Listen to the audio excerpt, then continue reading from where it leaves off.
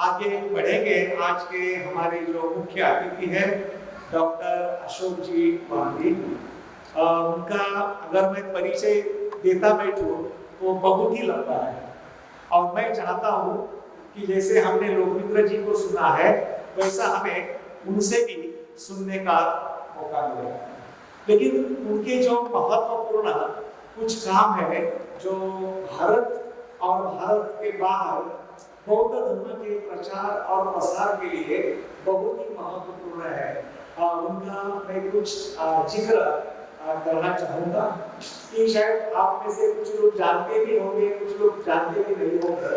लेकिन ये जो IBC नाम की एक संस्था है जिसका लॉन्ग फॉर्म है इंटरनेशनल बुद्धिस्ट कन्फेडरेशन, जो भारत सरकार के सांस्कृतिक मंत्रालय से समांतर बनाई हुई एक संस्था है जो बौद्ध धर्म का प्रचार और प्रसार के लिए अपना योगदान देना चाहती है। और उस संस्था का जो निर्माण कार्य है, उस निर्माण कार्य में अशोक जी अपना बहुत भारी योगदान रहा है।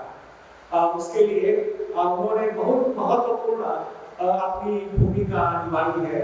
अभी पिछले ही महीने में उसकी दूसरा बड़ा कॉन्फ्रेंस रहा जिसमें हम उनके साथ लोकमित्र जी और मैं भी शरीक थे।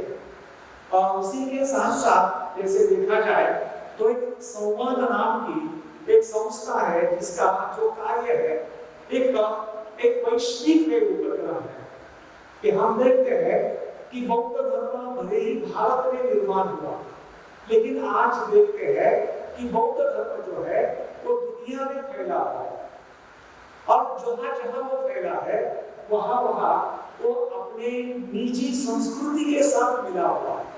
तो कभी कभी हम ये देखते हैं कि बौद्ध अनुयायी के बीच में भी अपने आप में कुछ संघर्ष दिखाई देते हैं, अपने आप में कुछ मतभेद दिखाई देते हैं। तो फिर उन्होंने एक जो संस्था बनाई है जिसका नाम है संवाद, और इस संवाद नाम से ही आपको पता चलता है कि आपसी संवाद, संपर्क, चर्चा, डायलॉग, और उसके अशोक जी स्वयं वो उसके एक कोऑर्डिनेटर है। और ये जो संवाद है वो केवल भारत के बौद्धों से नहीं है, तो पूरा जो एशिया महाखंड जो है, महाद्वीप है, उसमें जो भी बौद्ध राष्ट्र है या पश्चिम से भी आए हुए जो बौद्ध राष्ट्र है, उन राष्ट्रों को इकट्ठा करके उन लोगों में एक जो संवाद निर्माण करना, आपसी जो बंधुत्व की भावना बढ़ाना, सामंजस्य और एकता बढ़ाने का जो बहुत ही कठिन ऐसा कार्य है, उस कार्य में अशोक जी है उनका बहुत सारा समय जाता है। और उसी के साथ साथ वो भारत सरकार की तरफ से एक डिप्लोमेट करके राजनीति करके उन्होंने कई देशों के साथ उनके जो संबंध है भारत का प्रतिनिधित्व करने के वो रह चुके हैं। तो मुझे लगता है कि उनके परिचय के ये संक्षिप्त 3 आयाम कहते हुए मैं डॉक्टर अशोक जी वांगरी जो अपने आज के प्रोग्राम के जो मुख्य अतिथि है वो हमारे छात्रों को और यहाँ हमारे उपस्थित सभी जो भाई बहन है उनके मार्गदर्शन के लिए कुछ करें। अशोक जी के लिए जोरदार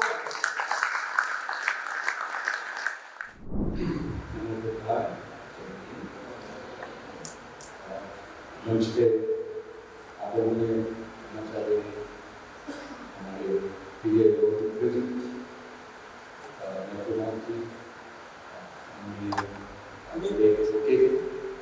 और यहाँ उपस्थित सभी शिक्षक इस ये रेजिडेंशियल प्रोग्राम उसके सभी छात्रों और जितने अतिथिगण सबको मेरा अभिनंदन और अभिवादन।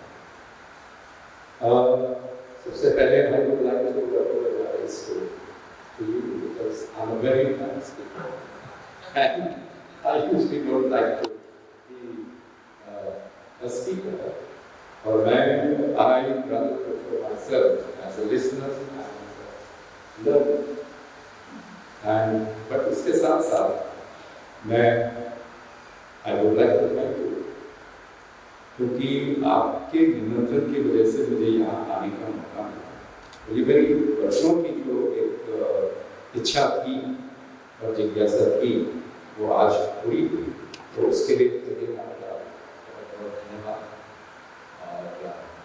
और मैं वैसे ही यहाँ पे कई सारे छात्रों ने और आप लोगों ने संस्थान के बारे में और संस्थान के उद्देश्य के बारे में और आप लोगों ने क्या क्या सीखा, क्या सीखते जा रहे हैं, तो ये सब ऑलरेडी अभी सुन चुके हैं।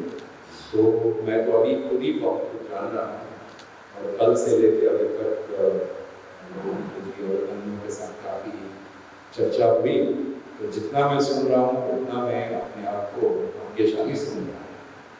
और उस वजह से जितने आप छात्र लोग हैं, तो मैं तो यही कहूँगा कि आप लोग बहुत ही लकी हैं, भाग्यशाली हैं।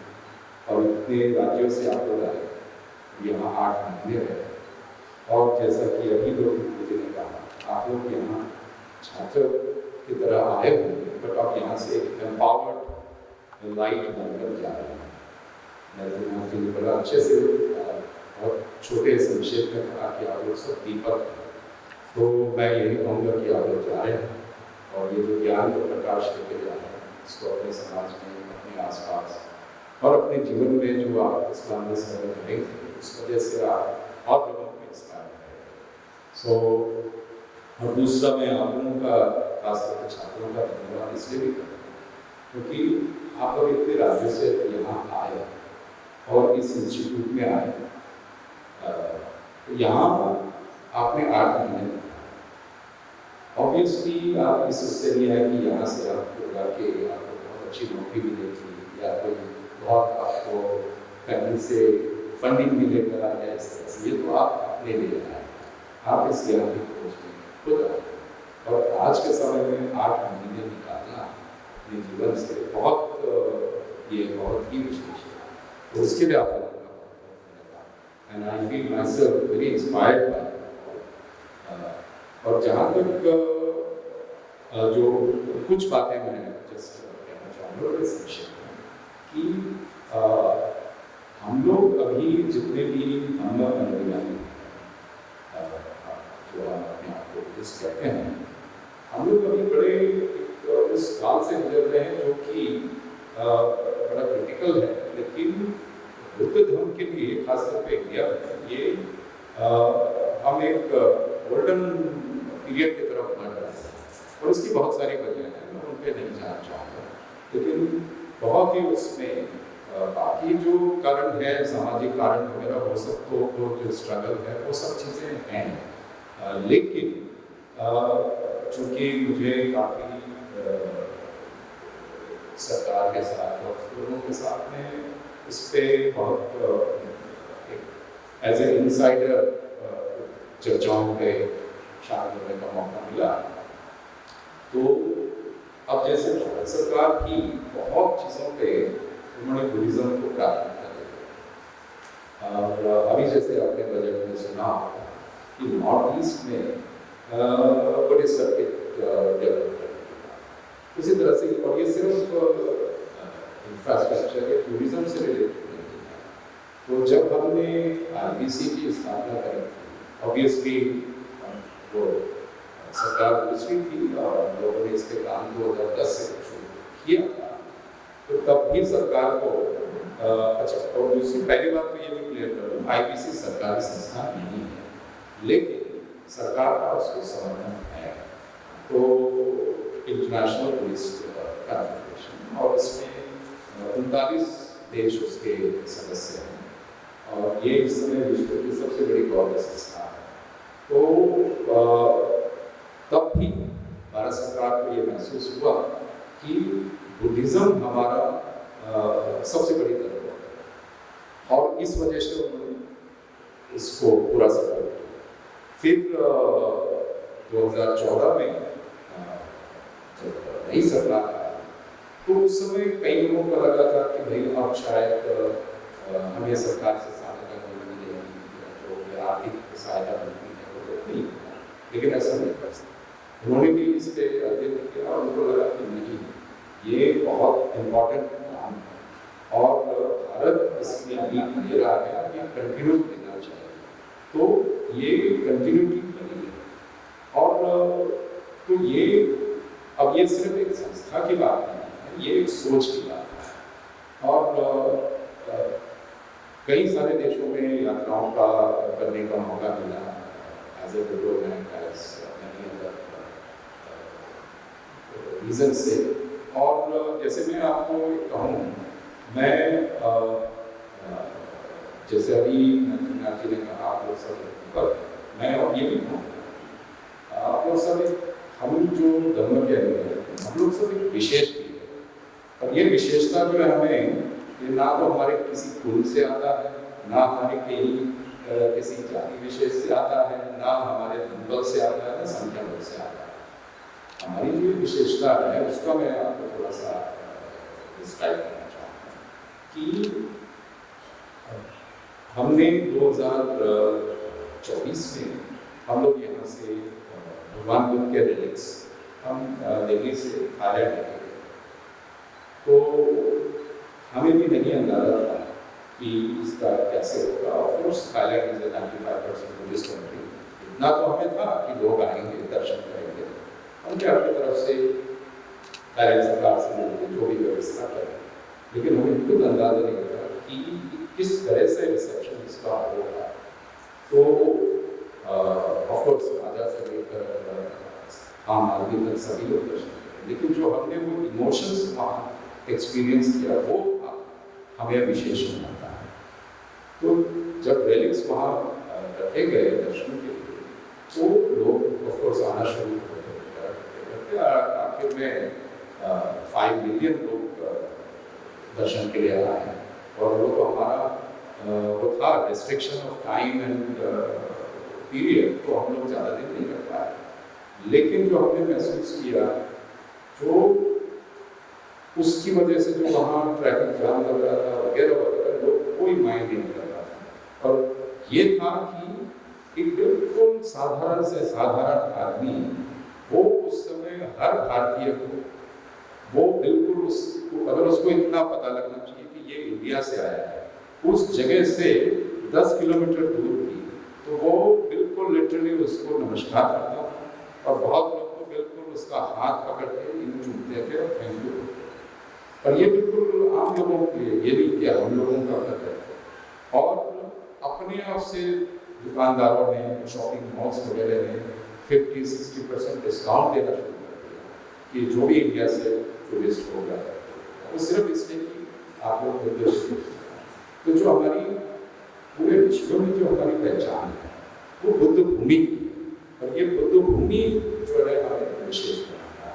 और हम तो उनके धर्म के अंग हैं, तो इसीलिए मैं कहता हूँ कि हम विशेष हैं। और यहाँ से जो आप सीख कर जा रहे हैं, जैसा अभी आदरणीय ज्योति ने कहा कि आप लोग एम्पावर्ड, तो आप वो ज्ञान का प्रकाश करके जा रहे हैं, एम्पावर्ड।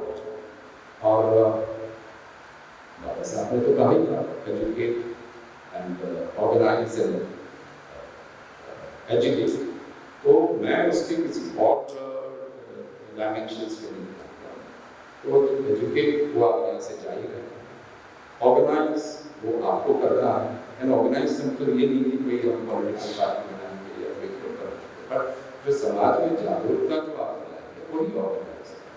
और एजुकेट को उसके बहुत सारे मीनिंग्स हो सकते हैं, लेकिन मेरे लिए एजुकेट का मतलब है कि अपने आप को एजुकेट करना, ऑलवेज सीखना, ऑलवेज जानना। और ये और हमारा जो, जैसे मैंने अभी कहा कि हम क्यों विशेष हैं, तो हमारा जो धर्म है वो हमारे कोई मंत्र या कोई रिचुअल या वो सब चीज़ों से नहीं है। हमारा तो बड़ा सिंपल, बहुत सिंपल इसके आधार है। और सबसे इसके मूल में है ज्ञान। तो भगवान भी ज्ञान थे, सभी ने ज्ञान की ही खोज की। हमारे जितने भी ये जो धर्म फैला है विश्व में, जिसकी वजह से भारत को तो वो ज्ञान की वजह से ही फैला। थाईलैंड और ये जितनी भी साउथ ईस्ट एशियन कंट्री है जो स्वर्ण भूमि और स्वर्णद्वीप है और स्वर्ण क्षेत्र का, तो ये वहाँ तो 2 मंत्र तो गए थे, उन्होंने 2 ही मंत्र भेजा, परंतु आज भी पूछते हैं और वो बड़ा प्राउड फील करते हैं कि 16 उत्तरा आए और हम उनकी वजह से वो सम्राट अशोक को आज भी इसके लिए धन्यवाद करते हैं कि आपने ये 2 मूल्य रत्न दिए। बाकी आप पूरे इतिहास में देखिए कि जो कुछ भी गया इधर से उधर, तो वो धन बल से गया, सैन्य बल से गया और साथ में बहुत चीज़ें गई, लेकिन हमारा जो धर्म है वो तो सिर्फ अपने प्रकाश से फैला। तो आप लोग उसके कर्णधार हैं, आप लोग उसको आगे जो से जो कुछ भी आगे सीखा है उसको आप फैलाइए, और तो बस मैं आप लोगों से यही आभार है और यही विचार। बहुत बहुत धन्यवाद डॉक्टर अशोक जी, बड़े नम्रता से उन्होंने कम समय में आपको जो संदेश देना है वो दिया है, और उसमें उन्होंने आईबीसी की जो अहमियत है उसी के तरह से बुद्ध की जो अस्थियां हैं उस अस्थियों का आज जो दुनिया में जो महत्व है और जिस तरह से लोग बड़े श्रद्धा भाव से उसके लिए सामने आते हैं, और इसी के साथ साथ हमें बाबा साहब की जो अच्छी जो शिक्षाएं हैं जो आपने सुनी है, पढ़ी है, उसके ऊपर आपने चिंतन किया होगा, सीखो, संगठित बनो और संघर्ष करो। तो उन्होंने संघर्ष के बाहर नहीं तो अपने आप को बनाने में सीखने के लिए संघर्ष है, चीजों को जानना है और उसकी गहराई ढूंढनी है। तो मैं फिर से एक बार डॉक्टर अशोक जी वामरे के प्रति धन्यवाद अदा करूँगा और हम जोरदार उनके लिए एक बार